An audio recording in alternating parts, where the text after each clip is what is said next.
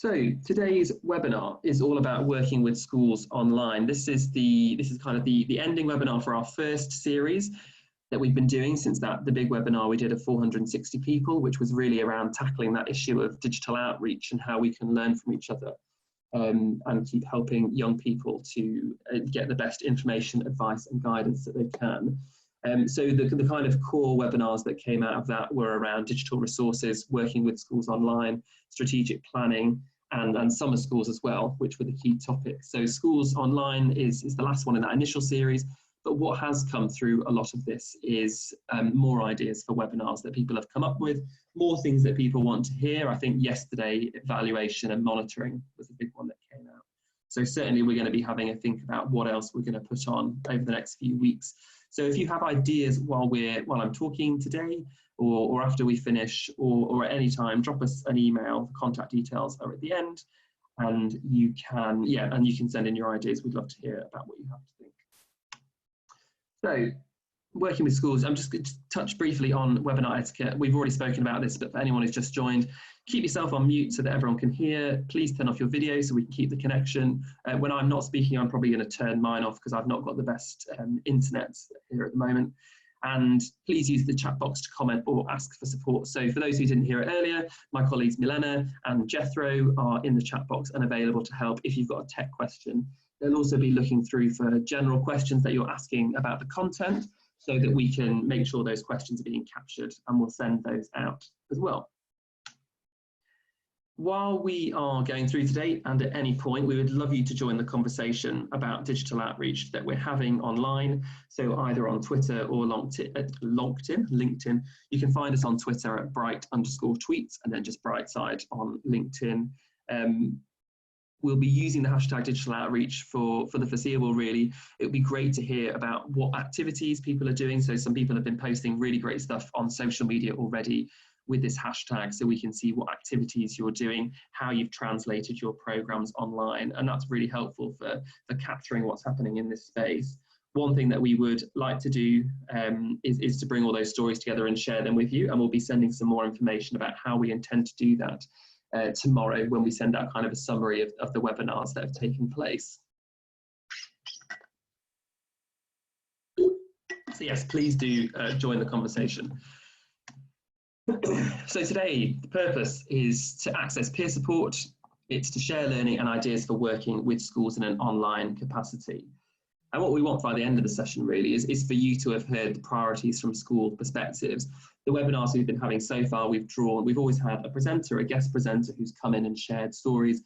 Today we're really lucky that we've got an assistant head teacher from Gosport and Fareham Multi-Academy Trust who's going to talk to us about the priorities that their school are kind of facing, how they are adjusting to this challenge.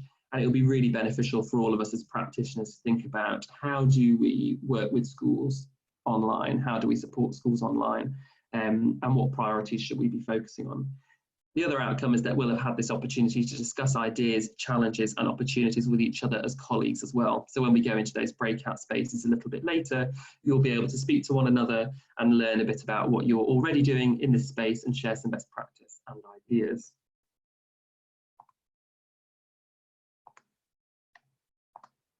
Okay, so we'll start off just by talking about Brightside's work with schools on a kind of general basis, which is always online. Some of you may not have come across Brightside before, so I'll give a brief introduction about how we work with schools, how we work generally, and then we will go into school priorities. So Chris Willis, assistant head teacher from Gosport and Fareham Multi-Academy Trust, we've got some slides here from Chris that he will go through to talk about their priorities, the challenges they've been facing and how they've responded to those, and that should be really, really interesting.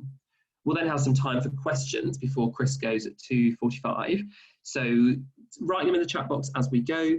What we'll do then is try and theme them, and we'll do a bit of a Q&A with Chris. We'll focus questions for Chris at that point around the schools in particular to make sure that's covered, and I can answer questions kind of after Chris has left about anything you want to know from the Brightside point of view. We'll then move into our breakout discussions. They will be randomly assigned, and you might end up with a Brightsider with you as well, and you'll probably end up with other people that you know from the sector as well, which is exciting. We'll then come back and feedback as a group. So what we would ask is in the breakout space, if one of you wants to volunteer to either just to make some notes, and you can make those notes directly into the chat box, and then feed that back, those ideas when we come back together. What we'll do is just ask you to copy and paste those into the main chat box when you come back together, so we can share all of those ideas, and then we'll probably have time for some questions at the end as well. We'll then kind of go through closing and next steps and think about what's next in this digital outreach space. Okay, what I want us to have in the back of our minds then are just some key questions to consider as we're going through this webinar. So as I'm talking about Brightside's offer, as Chris is talking about his kind of schools challenges, thinking about us as practitioners, what key questions we need to consider when we're working with schools. So some of these have come from people who weren't able to make it today, and it's questions that they wanted to put to the group. So these are the key questions that I'd like us to think about. How do we support teachers? So whether that's through supporting teachers that we work with on a day-to-day basis, just the kind of that, almost that colleague, that moral support, or that support of helping them to run programs. What are school priorities during this period? Is it around transitions? So for students coming from year 6 into year 7, taking their first steps into secondary school, for example?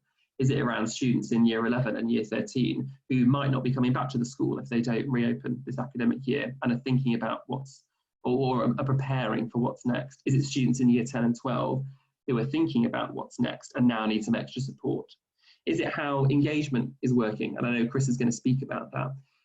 Or is it access to technology as well? And then underneath that, what are the school priorities when it comes to information, advice and guidance? Where is that kind of careers-based education sitting compared to the other priorities that are taking place? What do schools need from external organisations? So is it the kind of the same package of support? Is it a more streamlined package of support? Are there other things that schools could really find useful from external organisations that they work with? Really good question that came from a colleague at Canterbury Christchurch, actually, so an education researcher. How can we support schools without bombarding them with goodwill, was what he was saying. So how can we offer programs to schools? How can we offer digital resources, for example, as we spoke about in last week's webinars? How can we offer that without bombarding schools and putting more stress on them? So that's a really good thing for us to think about. When do we engage with students as well? This is a really big question that we've been talking about. And is it during school? Is it to try and bring some structure to their day when they might normally be having lessons, if that's still taking place? Or is it trying to engage them after school? Where do we start and when do we look to engage with students who are taking part in programs or being offered information, advice and guidance? What can we expect from young people as well? I know Jethro and I were having a coffee break over Zoom with one of our colleagues today who's got 5 children, and kind of talking about the level of things that they are able to achieve from the schoolwork they've been set, their levels of motivation, their competing priorities and other things they've got to do, and also the fact that it's Easter holiday and they want to relax. All of these different things are going on right now, and that's for a range of kind of ages. But if we think about those students that are facing transition points, what can we realistically expect from them when it comes to engagement, from signing up to programs, from taking part in programs, from giving us feedback, completing surveys and things like that? The other question to have in mind is kind of cancel, delay or rethink. Do we cancel things that we have planned? Do we delay them and look to put them at another time of year? Or do we rethink what our offer is? Do we rethink the things that we were looking to put on and change them? Maybe that's moving them digitally, maybe that's offering things more remotely, maybe that's changing the nature of support to focus on a different age group, for example.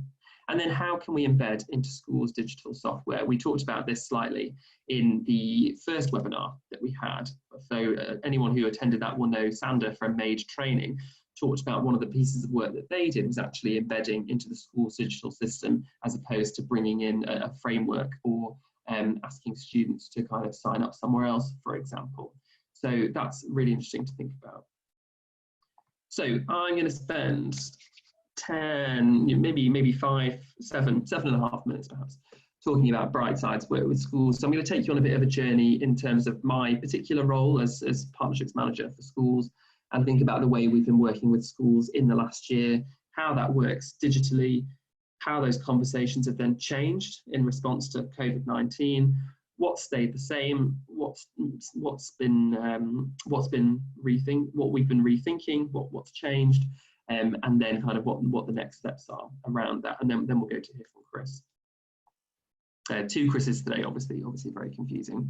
So Brightside's starting point with schools, as with any of our projects, is technology and safeguarding. So technology, helping young people to make confident and informed decisions about the future. So having access to inspirational mentors, having access to digital resources, having access to stories they wouldn't have had access to before, overcoming those issues of geography that might prevent someone learning about a particular job or learning from someone that might not happen to be in their area. And then safeguarding, ensuring that young people are engaging with information, advice and guidance in a safe and secure way.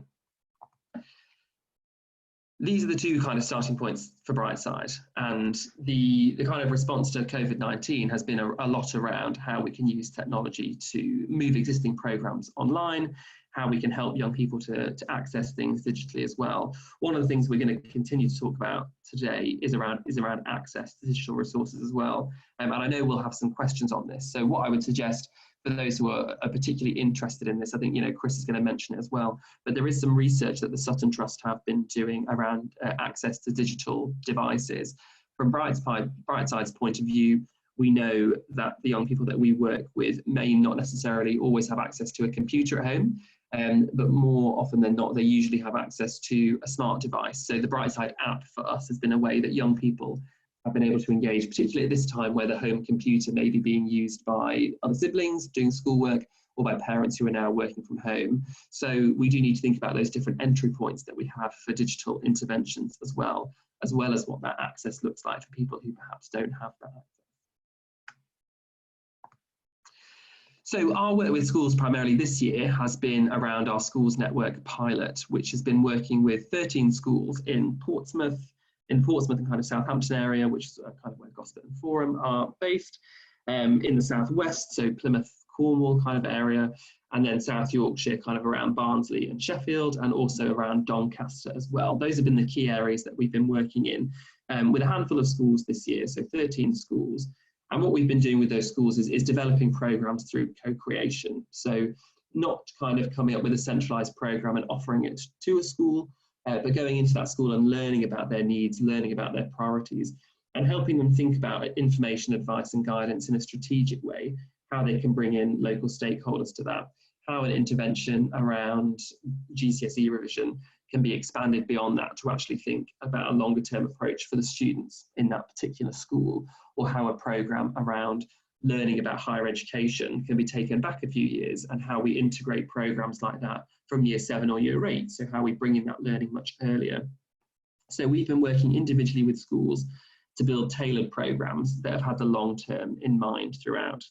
But we've also been working with institutions, so we've been doing some work with Falmouth University, for example, and employers to think about how to work with schools on that strategic level as well, and how to embed interventions into the curriculum. Anybody who's familiar with the Gatsby benchmarks will know about Gatsby 4, which is linking careers to the curriculum. And this sense of having programs which are embedded, not just seen as additional, has been a major factor for Brightside this year in our work with schools to make sure that young people see a mentoring offer as something that links to the learning that they're doing. It's not an additional thing that they've just been picked out to do, for example, or it's not an additional thing that feels like extra work. It's something that's embedded into their learning. The programme today has predominantly been working at scale with younger age groups and around that Gatsby benchmark 4. So when I talk about at scale, those of you working in WP departments will often have target students that you can work with. For Brightside, our ethos is, we are a social mobility based organisation. We work with young people from disadvantaged backgrounds, but we recognise the need to support schools as well who might be facing particular challenges. So what we've done with our approach to schools is look for where those challenging areas are. Is it, for example, that students in year 8 have got their option choices that's been brought forward from year 9, and they're thinking, and the school are thinking about how can we make sure these young people have as much knowledge as possible about what these subjects mean in context, what they mean for future careers they might want to do, what they might mean for their post-16 choices, for example.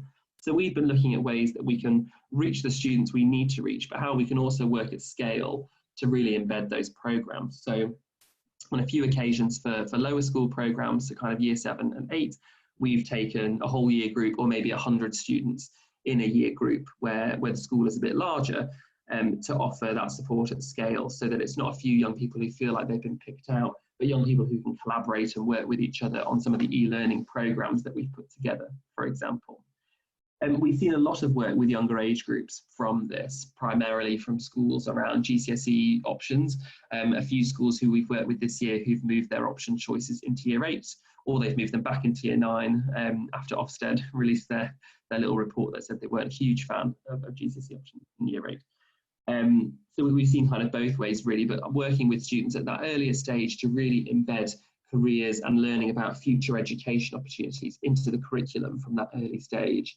And it's all been focused around that kind of embedded programs within the curriculum. And I think that's where we've seen the most success this year, is on those programs that have reached a much higher number of students, so they felt like they're all in it together, but also programs where it doesn't feel they've been given something additional to do, and I think that's been really important. Did I miss one? No. So the digital offer, I suppose, when it comes to Brightside working with schools, is a combination of, and this year has been a combination of that supervised curriculum time. So making sure that regardless of whether, making sure that students are using curriculum time to carry out mentoring programs or other digital interventions, so that again, these aren't seen as additional things. But then it's supervised as well. So there's a member of staff who's behind that intervention, who understands how the technology works, who understands what kind of volunteers, what kind of mentors are helping out with Brightside programs in particular. We then also have the mentoring platform. So the majority of activity takes place on that mentoring platform or through the mentoring app as well. This is obviously different from school to school. I know colleagues who've gone into schools and been asked to turn their phones off and put them away, even if they just wanted to do some emails while they've been waiting at reception, for example, or other schools that will say, look, we haven't got massive computer rooms, we'll allow students to use their phones for this curriculum session. So we've seen a variety, but where we've used the mentoring app, we've seen a real buy-in from students, for the sense that they're not just kind of waiting till they next go on the platform to engage with a mentor, but they're actively engaging on the app and excitedly engaging on the app as well. Also using digital resources, so making sure there are digital resources embedded in programs that students use and have access to. When we come to the kind of content of our programs, a lot of that has come around skills facilitation. So anyone who's familiar with the Skills Builder Partnership will know about their Excellent Skills Framework, which looks at the kind of key employability skills, such as presenting, although I think that's changing, listening, problem solving, leadership and teamwork, and so on. And how those skills are broken down into different steps and what that means to a young person at different stages of their lives. So with the programs that we've created for younger students in particular, we've been building in some of those ideas around skills and looking at measuring skills using the Careers and Enterprise Future Skills Survey, which identifies distance travelled across some of those key skills. The other priority for Brightside in that digital offer is around monitoring and evaluation. So looking at engagement on the online platform. What does engagement mean? How many messages sent? What does that translate to in terms of good, positive, bad engagement? And then using embedded surveys on the platform to capture that key data, so we can look at the distance travelled on programs. And when we're thinking about that longer term as well, it's been a really important way for examining kind of how students have got on in year 8 when they've been doing one program, and then looking if they go on to do a program in year 9 with Brightside in the same school, what that distance travel looks like there. What we've done, a lot of schools, and we've done this at GFM, who are going to speak shortly, is an aspirations-based survey. So before we've even started thinking about what the program's going to look like, we've kind of got the school priorities on one hand, we then go out to the students, and we've done this kind of at scale across all the students in the schools. To find out about what they're interested in, what career areas they like the sound of, what they see themselves doing when they leave school, what they would like to be doing versus what they think they will be doing. Look at that gap between aspiration and what their perceived reality is as well. And that's been helpful in building that and really embedding Brightside into the school and thinking about that way of working. What we've seen from kind of the COVID-19 discussions has been moving away from the lower school. So the conversations we've been having with schools have been more around how can we offer support then to students in kind of year 10 and upwards, who are, whether that's just year 10 and 11 or 11, 12 and 13 as well. and how can we offer them support they need during these key transition times when we would usually be doing careers-based curriculum with them, or we would usually be talking about next steps and bringing in guest speakers. So how do we offer support to those students who now need a very short-term solution? How do we make sure that students can still get IAG at scale as well? So those of you who came to the first webinar will know that with GFM, we're running a series of webinars that are open to any student from year 10 to year 13 to come and find out from an industry professional about what it's like to work in their space and learn about that particular career. And that's a very short-term solution that's been very quick to put in while we think about how we then support their year 10s around work experience, for example. So how do we support students going through transitions, and how can we offer replacements for things like work experience or other programs that are coming up? What stayed the same in these discussions is always working at scale. So we want to make sure we're still reaching as many students as we can in a meaningful way.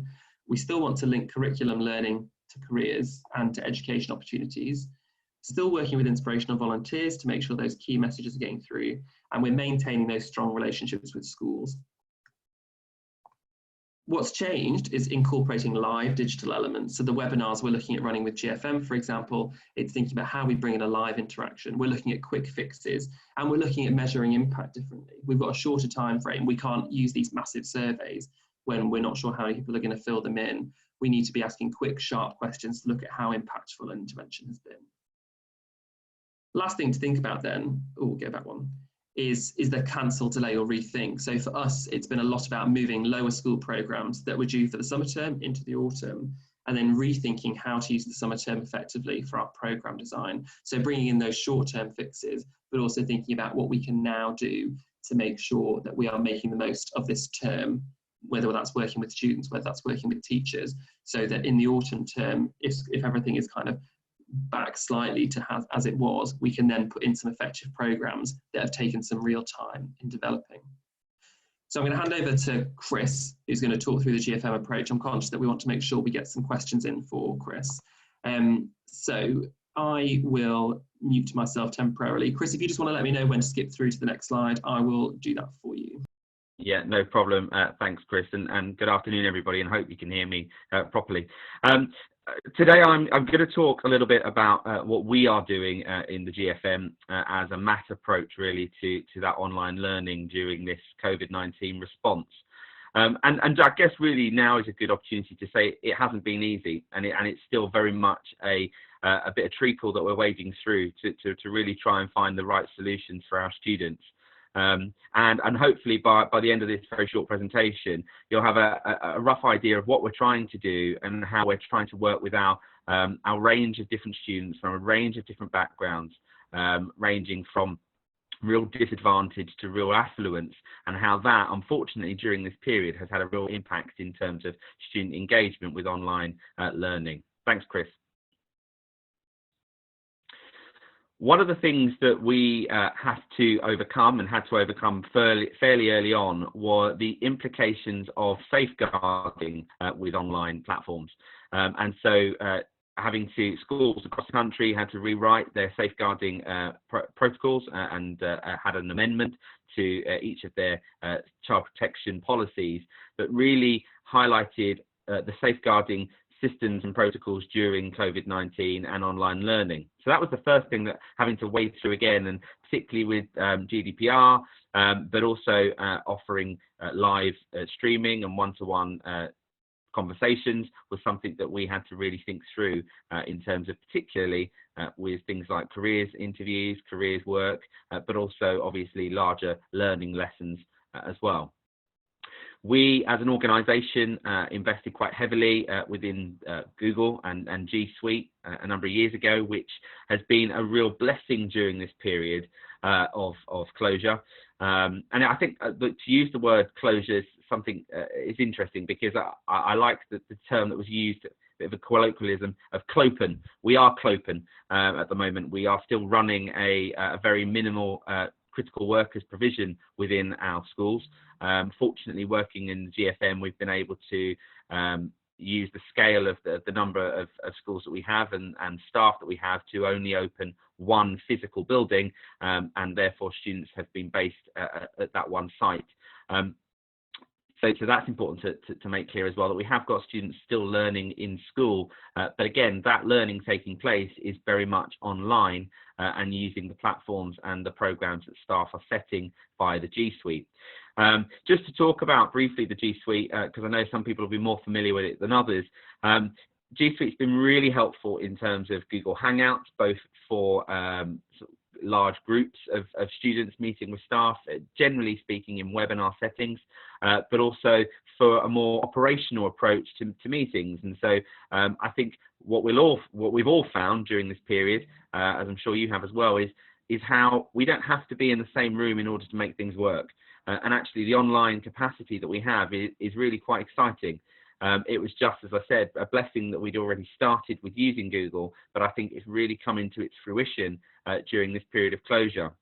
Not without its issues by any means, but it has really enabled us as an organisation both to support our students, but also our staff. And so I'll make a point at this moment by saying that Google and the online platforms have been really helpful in supervision for our staff, in making sure that they're okay and that we're keeping in touch with our staff on a daily basis. And again, the Google documents that we're able to keep really enables us to have that real-time data for our staff and our students. So that's been absolutely fantastic. The other thing to mention at this point in terms of online platforms, we again, like many schools across the country, have invested in various different apps. And again, that will be no surprise. So big names, for example, like Hegarty Maths is something that lots of schools use. Bedrock Vocabulary, particularly in our primary schools and Key Stage 3, have been really helpful during this period as well. And what's great is organisations such as Pixel, which is a large organisation for schools across the country. I think 2,500 schools belong to Pixel, and they have been able to provide some great resources for students and staff to support that online learning. And another organisation called By Leaders for Leaders, who have actually just published a whole summer's worth of work online for a company called Be Ready. And again, that's totally free to schools to use, which again is really helpful in that it allows our staff some support in terms of planning online lessons, which is very, very new to our staff.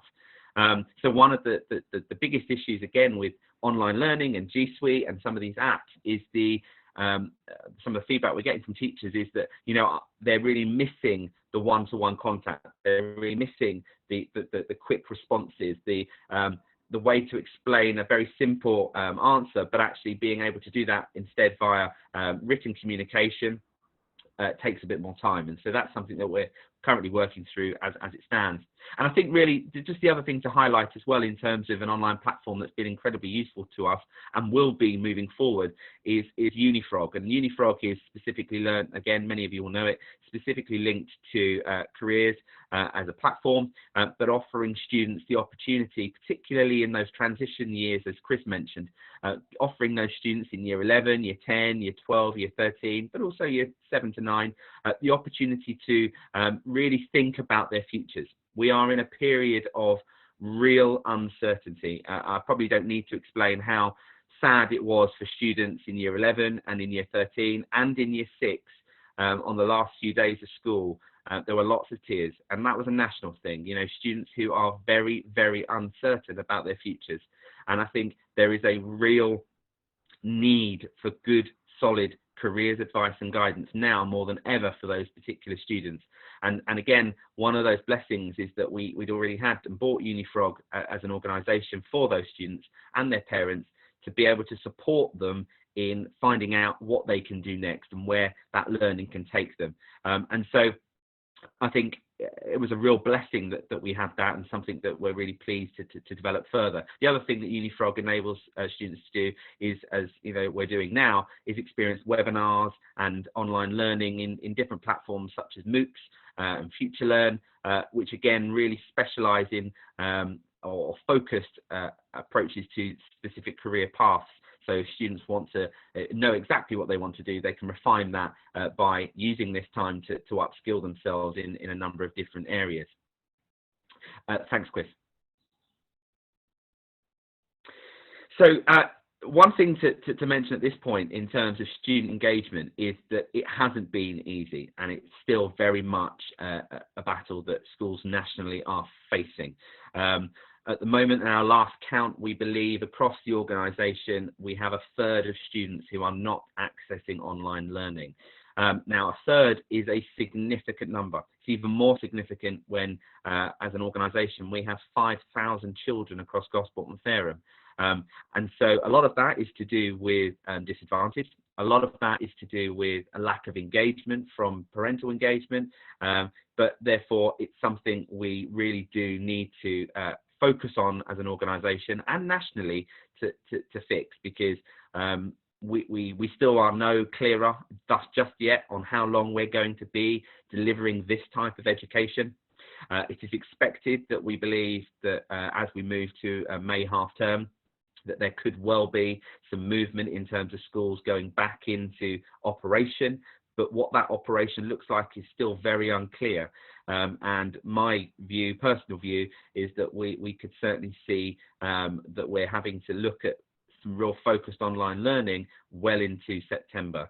And although we've heard that, unofficially heard that actually the pinch points transition years are going to be the key focus, and so year 5 going into year 6 will be potentially some students that really start back before other groups, potentially year 10 who are going into year 11, and the same for year 12 who are going into year 13 when schools do reopen. That being said, though, and coming back to that number of a third of students not accessing online learning, we really do need to have a solution for engaging with those students and their families. And so working with community organisations, working with organisations that we've worked with in regards to education work pack and resources is something we're having to really spend some money on in terms of distributing physical work packs that not necessarily online to relieve some of that pressure. We're also trying to work collaboratively with organisations in Gosport.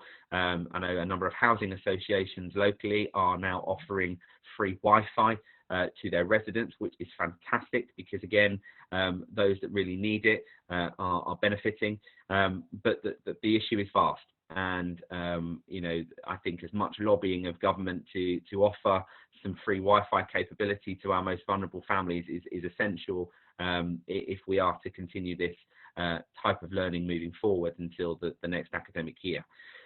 Again, fortunately, we've had a number of local businesses and organisations work with us to support that online learning capability through donations of physical laptops that are second-hand laptops that students have been able to utilise, and that we've been incredibly grateful for. But as you can imagine, a third of students not accessing online learning, there's still quite a large number of students that we need to support with that. One of the things that we have got as a focus this particular next couple of weeks is our summer term curriculum, and so working with our heads of department subject leads across the organisation to rethink their summer curriculum that was and instead is going to be, and particularly with a focus on the personal development and the careers learning that each subject must focus and have very explicitly clear in their learning activities. And so we're asking subjects to review what they're doing and specifically outlining what careers learning each subject in real terms are doing. So what real life application they have within maths or within English or within PE or within history that is really going to support students in their destinations and pathways moving forward, because as Chris alluded to earlier, we're going to be a bit behind nationally in terms of where we were with careers advice and guidance potentially, and so therefore it's now gaps before is more important than ever in that respect. Thanks, Chris. So this slide, this part of the presentation is me just talking a little bit about each setting, because each setting is very different, as you know, and as a teacher, I taught for 32 years in London. I was born and bred in South London and moved to Gosport just a year ago. And I have to say, for those people that live in London and for those that don't, it's vastly different being out of the city, and the level of engagement, the level of deprivation is significant in coastal towns, in rural towns, and that being said, equally the learning and engagement with learning is very different also. And so I would suggest that this is a real this particular part of the presentation is to highlight that there's has to be a real focus for each organisation to have the decision that's right for their students, the right type of learning to their demographic. Because, you know, just assuming that online learning will work, because if we give a child a laptop, they'll engage with it, is not necessarily the case. We know that to be true because of that third of students in the organisation we currently have. Not all of them haven't got access to IT facilities, it's just they're not using it. And so making that assumption is something that we've been very mindful of in the organisation to not do. So we really do have to think about working with our families. And so accessing the vast array of digital resources available to schools is fantastic, and the access we have is brilliant. And what's really reassuring is organisations who are offering free trials and offering free packages. What's been great and our students have loved is, I'm sure you have as well, is the Joe Wicks PE lessons in the morning. I personally have given it a go, haven't necessarily stuck at it, but it's been great. And I think the opportunities there for our students is vast, but it's deciding on what is best, and it's deciding on how we consolidate all that vast plethora of opportunity to really ensure that A, our students aren't overwhelmed, B, our parents aren't overwhelmed, and actually students are engaging with it and making progress. And I can say that as a MAT, we in the first week of closure, one of the things that we were really battling with was where the balance was, because we were providing great amounts of work for students, but that became overwhelming. And I think, again, that was a national thing, in that we schools nationally wanted to provide students with enough learning for a period of time, but obviously parents felt quite overwhelmed by that. And for us now, it's about scaling back, really focusing on what our curriculum looks like at home, almost timetabling that curriculum for our families on a day-to-day. So, for example, you know, here you'll do half an hour of reading, here you'll do half an hour of maths, here you'll do half an hour of Unifrog and careers-based learning, and really encouraging our families to stick to that timetable is something that's going to be a big focus for us going into the summer term. And really making sure that we're selective with what we promote as an organisation as online learning for our students, and general learning for our students, so that it doesn't become arduous, it doesn't become something that our parents struggle with in order to support their kids with, because let's face it, we're all struggling working from home and balancing our family lives, and we in education have to be mindful of that very clearly. Thanks, Chris. So I think I briefly touched upon this earlier, but how important is careers education during this period, and how are we doing it? Well, I think I said careers education is probably more important now than ever, and certainly supporting our students in making decisions, certainly supporting our students in enabling them to understand what their future holds. We have now nationally, globally, a cohort of students who will always be the cohort who didn't have the GCSEs, who didn't have the A-levels or BTECs, who didn't have the qualifications, but instead they had their teacher predicted grades that then were converted. And that is going to have an impact on students nationally, and the legacy of that is going to be vast. And we in education, we in business need to reflect and work at supporting that wave of students and the wave of future employees coming through, to ensure that actually they really value and understand that the personal development and the character skills that they have learned through schooling are just as important now than their GCSE grades, predicted grades, because actually, as I've always said it, GCSEs, A-levels, they'll get you to the door. but actually it's about that personal character development skills that will get you that job. And for us, it's, as educators, it's now really encouraging students to recognize that in themselves. And so our careers advisors are really promoting that within the organization to really upskill our students in valuing what they actually tangibly have as their own to move forward and into the workplace. As Chris alluded to earlier, we had planned with our year 10s, as again nationally schools do in the summer term, to have a World of Work week. Now we were thinking slightly differently this year in terms of not offering work experience as such in the traditional form, mainly because the value of work experience is questionable in some areas, and so we as an organisation made the decision to really engage with employers in terms of seminars and project-based learning within the week of work experience within schools. So World of Work Week, as it was called, was very much about businesses coming in and delivering a project for students to work on, supporting those students, engaging with that, and really looking at the skills that business need in order to facilitate a week of learning.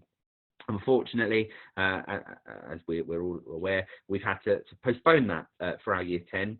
We're very mindful of not wanting to lose that for our year 10, and so it will likely be that it's something we pick up again in the autumn term when they're in year 11, very early on in the autumn term in year 11, because obviously their exams will kick in very quickly.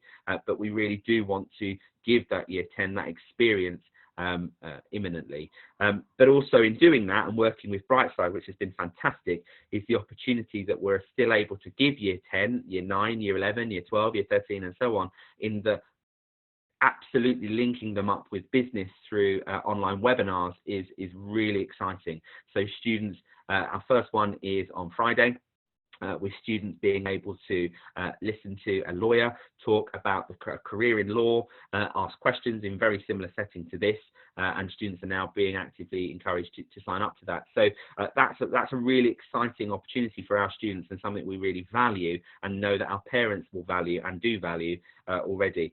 Our careers advisor is working tirelessly at the moment in terms of promoting UniFrog as our careers platform for our families, and really is a one-stop shop for frequently asked questions. But so UniFrog has a student locker where we're able to upload things from colleges, from universities, signposting key articles, key points, key notices for our students, so that they are keeping abreast of what their future holds. So, for example, our year 11s have had some great messages from local colleges in terms of keeping their promises in regards to offering predicted grades based on places based on their predicted grades, and so getting that communication out to those year 11s and to those year 13s has been really crucial, and again we've used our UniFrog platform to do that. So just to really summarize that question, careers education absolutely is at the forefront of our organisation in moving this forward, in moving this COVID-19 crisis in education forward, to ensure that our students feel that they're supported in making that transitional next steps. And just to touch upon the primary schools as well, of which we have 2 in the trust, that year of year 6, who again they won't have done their SATs, and to some extent that might be a blessing for them, because questionably SATs, the impact that has on year 6 is significant, but actually their experience of destinations and pathways, their experience of careers-based learning is going to be really important, so that they have that aspirational start to year 7 and to their key stage 3 life at high school, that perhaps they've lost out on in the last few months of primary school. Thanks, Chris. So this slide just really, what is the question? The question is that what is the percentage of students that we teach in Gosport and Fareham within our schools, and it's 85%.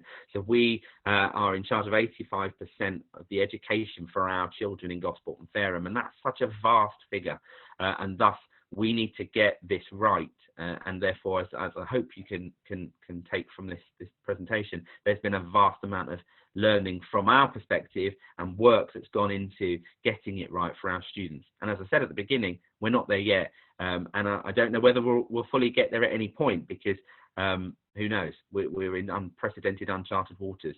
But what is important is that we're accessing every child, and every child is able to learn and engage with their future pathway. Thanks, Chris.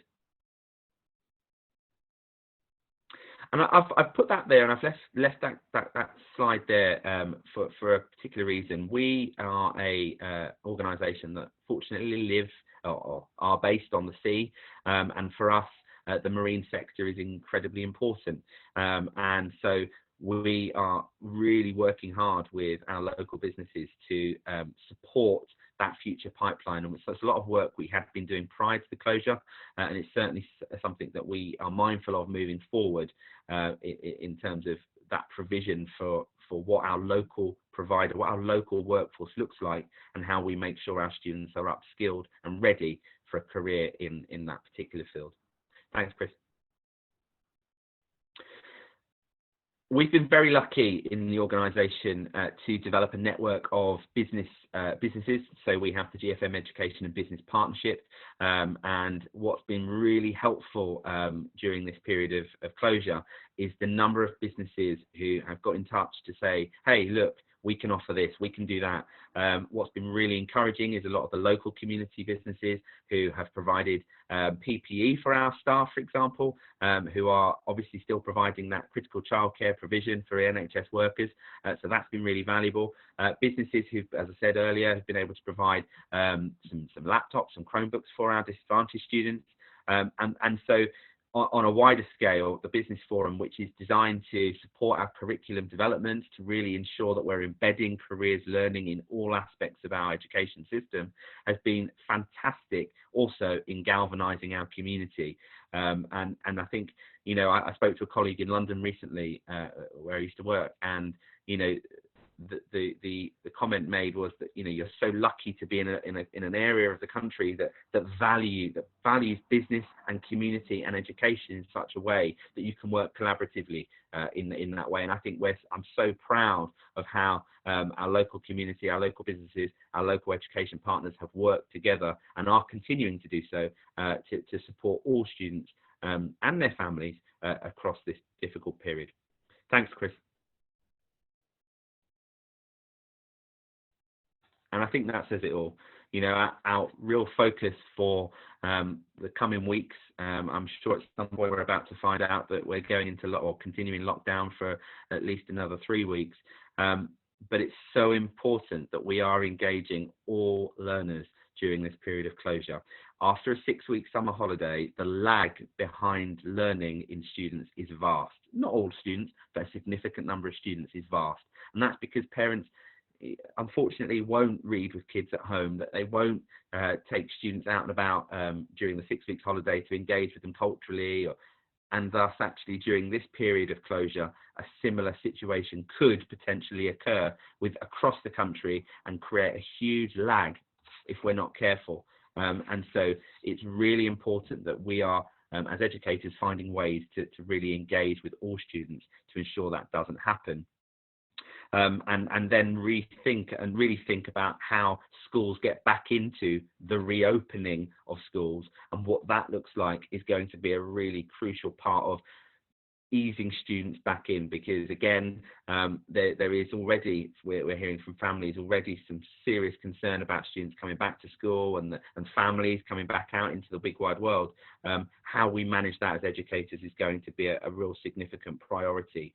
But, you know, the hope is that we take some learning from this, certainly locally, but also nationally, from this COVID-19 period, of the impact of togetherness, the impact that togetherness and bringing together of the community has been so fantastic, and how online resources have enabled that have been brilliant. You know, the fact is I'm speaking to 74 people here now across the country from my bedroom, but actually the impact that has on learning and education is significant. And I think we've got an opportunity here as online learning develops to really make something of it for our students, but we've just got to get it right, and we've got to make sure that whatever the provision is, it's right for all learners. Thanks, Chris. Okay, Chris, thank you so much for all of that. That was incredibly useful, and I'm sure everyone else found it really beneficial as well. I'm aware that we don't want to keep you too long. There's a few questions in here that what I can do, Chris, is maybe I can send you a follow-up email with some of these. There's one in particular that I wanted to ask you before you went, if that's okay. Yeah, sure. And this was just around the third of students who aren't engaging. There was just a question about, were there any trends around those group of students? Is it that there's more students in a particular year group, for example? Is it students that maybe don't have as much digital access? I know we've talked about that already. But yeah, if there are any trends around that third, I think that would be really interesting to know. Yeah, I mean, the trends, there's two types of trends. The trends are mainly coming back to the access. You know, in Gosport itself, we have two very large council estates, and therefore two huge areas of deprivation. And, you know, unfortunately, we find that although parents have got iPhones, although students have iPhones, a lot, or smart devices, a lot of those devices are limited in the amount of internet access they have. So therefore, when we're trying to use Google Classroom or webinars online, that eats into their data quite significantly, and thus, you know, therefore runs out very quickly. And a lot of our families do rely on that hotspot data, if you like, for you know, their use of a day-to-day. And so it's something where something that's causing an issue. And the second thing really is that to say that no, it isn't necessarily just that particular type of student from disadvantaged backgrounds. It's actually also those students that aren't necessarily haven't got that parental support at home, that then to sit down and read with, or to sit down and engage with the online platform with, because let's face it, as I said at the beginning, we're all trying to work from home, or we're all trying to do life as we would on a day-to-day 9-to-5 job at home with our families around. Is tricky. You know, I'm fortunate enough that my wife's downstairs with the two kids at the moment, but I do know colleagues that are trying to balance that very much on their own at the same time, and I know that's the case for our parents, and thus it is having an impact. Brilliant. Thank you so much, Chris. What I'll do is there's a couple more questions that I'll send to you, and we'll include those in the notes that we send around to everybody. But yeah, thank you so much for giving up your time during the Easter break to come and speak to us. I think everybody found that incredibly useful, and there'll be lots to talk about when we go into the breakout spaces now. So thank you very much. No, thank you. It's been great to talk to you all.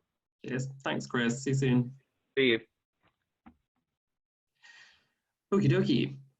So that was incredibly useful. I could not stop writing notes despite the fact I'm recording this webinar. I wanted to list everything that was happening. And what I'm going to do, I know we didn't get around to a lot of the questions that you had put through. I know that Chris had to get away. So what would be, I will send those questions to Chris as part of our kind of continued correspondence around the projects that we're looking at there, and make sure that we include those in the kind of summary notes that get sent to you as well. So what I'd like to do for about 15 minutes probably is just put you in breakout spaces. I think, so there are 65 of you left, 64. So I know a few people have to go at 3 because they had other meetings. So what I will do is put these in groups of, I'm going to make 10 groups of 6, or however that works. It seems like the best way. So breakout rooms, assign into, okay, I'm going to assign into 9 rooms. It's going to be automatic. You're going to be put with random people.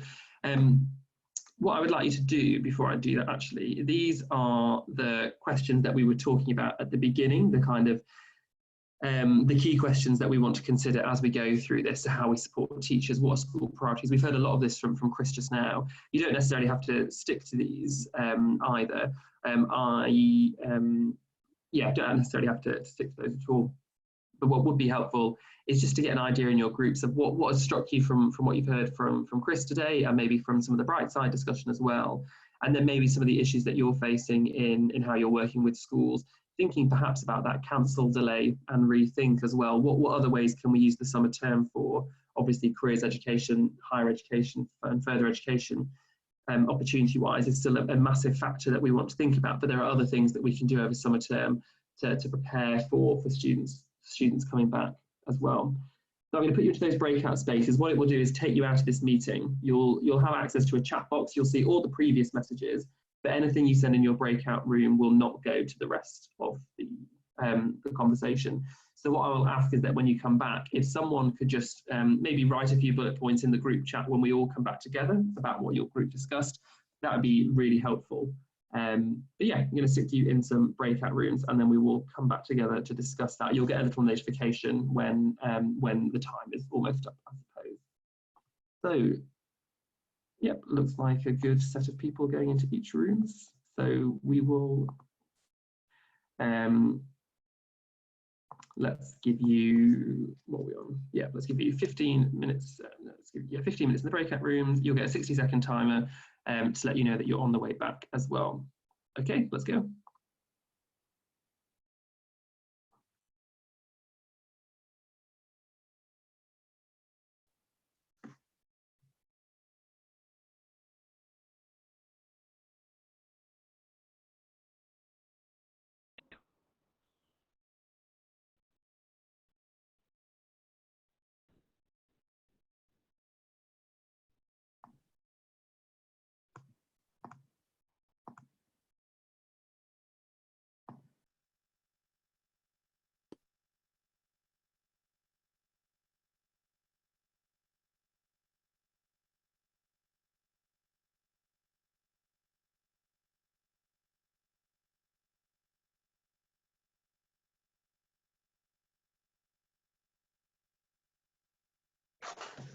Okay, it looks like everybody's back, I think. Looks like the breakout rooms are finished.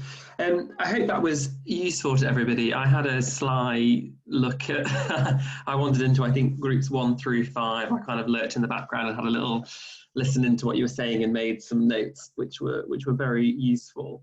The discussion seemed like they were going really well. Lots of people reflecting on the kind of issues that Chris had raised, that the school had brought up. And yeah, seems like it was really useful. Hopefully you guys can hear. Can everyone hear me? Someone just said that they weren't able to, but I don't think I'm on mute. So yeah, I can hear you. Oh, perfect, great. So what I think will be useful, because we're coming up to kind of 3:20. I don't want to keep people over time. If anyone took some notes, it'd be really helpful to have those in the chat box, because what we'll do is download the conversation and then put kind of the highlights of what was discussed in the notes that we share with everybody. So you'll get the webinar recording, you'll get the slides, and then kind of the extra questions that we've put to Chris, but also the discussion notes that you've had between yourselves. So if someone can just make sure they've either copied and pasted something you've already written, or just write a few notes in the chat box while we finish up, that would be really, really appreciated. I don't know if anybody had any questions they wanted to ask of Brightside based on the conversation that we had earlier. Obviously, we focused kind of on Chris, and we didn't have as much time for questions there. I think what's probably easiest actually is to include those in the chat box, and what we'll do is kind of answer those questions when we share those notes later, rather than try and facilitate a Q&A with so many of you here. But it's great that everyone's sending their notes through. That's really helpful. What I will say, I think, and I'll leave, what was I saying? I will leave the webinar open while we do this, just to make sure that everyone can write any last questions in the chat box and send some notes through. But we'll send you a follow-up survey. Just ask your thoughts on the webinar generally, and to think about any ideas you have for future webinars. So we will post that in the chat box in a second. So you'll be able to click through and start filling that in. And then what we'll do following that is, now that this series of webinars has come to an end, this first set, you'll get summaries of all of those webinars that have taken place. So we'll get kind of the summaries of the conversations that have happened, recording, slide, what's happened in the breakout room today and in other sessions. If you want to get in touch with Brightside about anything, then we've got 2 emails on here. So my email is up there if you want to find out more about our approach to working with schools and working with people like Chris, who spoke to us today. So if you're interested in what approaches we've been taking to working directly with schools, then definitely drop me an email. I will be happy to follow up with you. Milena's just popped the evaluation form in the chat box. Thank you, Milena.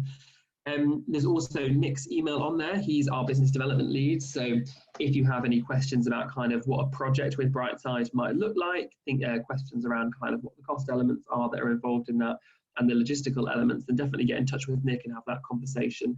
But I'm more than happy to talk to people about schools, how we work with them and what we've been learning from schools to recap anything we've talked about today.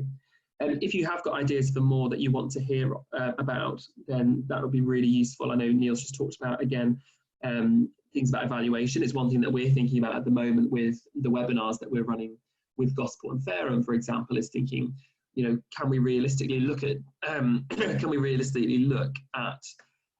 distance travelled in what they're doing if they're just attending to a webinar, or can we look at kind of on the ground immediately after what they have learned from that, maybe follow that up in a few weeks.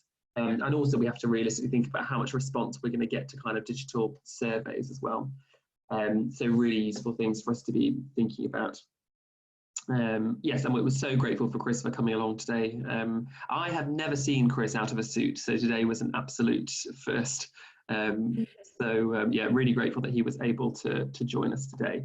Thank you for you all for coming as well. It's been really, really useful. The suggestions that are coming through for webinars now are really useful as well. So we'll start having a think about what that next set looks like. But that's it from us. I'll leave this open for a few minutes so you can continue to write things in the chat box. Any questions, any suggestions? Just mark something if it's particularly for Chris from GFM as well, so that we're looking through the transcript. We can make sure those questions get to him. But yeah, it's been fantastic to have you all join us this afternoon. Yeah, have a good rest of the day, enjoy the weekend, and we will hopefully speak to you all very, very soon. Thanks for coming.